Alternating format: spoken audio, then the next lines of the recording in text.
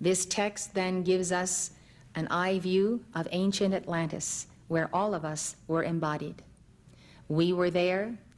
Many of you were there in the golden ages. Many of you were there in the decline. Many of you were there in the hour of the cataclysm, of the sinking of Atlantis, which, as you know, happened in stages, beginning about 12,000 years ago to 11,500. So we are all dealing with those records today, and we are dealing with now a final embodiment such as that which was had by Walter Pearson. And we can understand, in the light of what we must fulfill in this final embodiment, what kind of karma we may have had not only on Atlantis, but in the interim.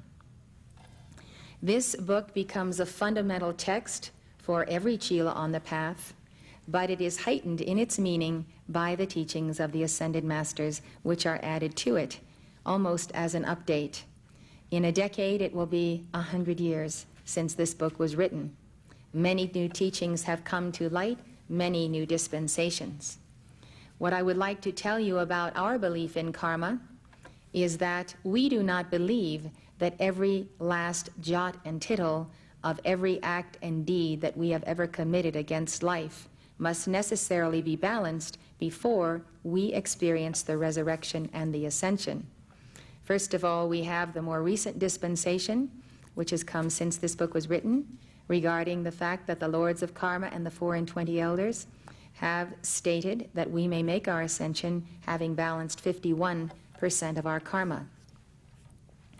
Now, in addition to that, we should understand that God does not deal our karma to us as punishment.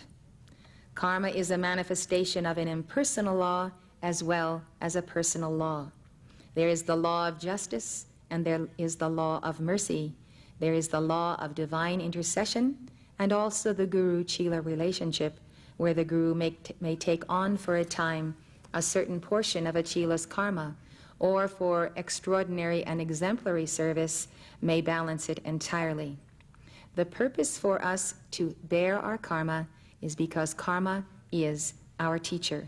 We must learn the lessons of how and why we misused the energy of life. Next, we receive our karma because we are, in the final analysis, responsible for all of our actions, our words, and our deeds, for the causes we have set in motion.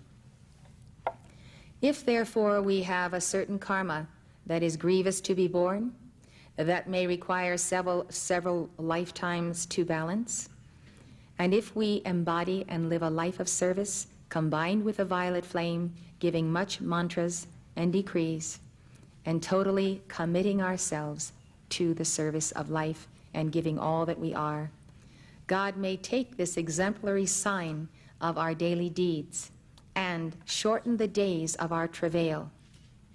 And God has said He would do this for the sake of the elect, to shorten our days, so that He will receive a certain set of deeds, a certain series of long suffering under a certain burden, with virtue and great holiness accompanying it, and say, you have borne enough, you have satisfied the law, and by the grace of Jesus Christ you may come up higher, because you have proven that you will not make this mistake again. So in that sense of the word, the 100% of karma may not be the full 100% of every last situation that we have ever been under. So that is a Hindu concept, and it is largely true, but there is grace, and there is intercession, there is mercy, as well as justice.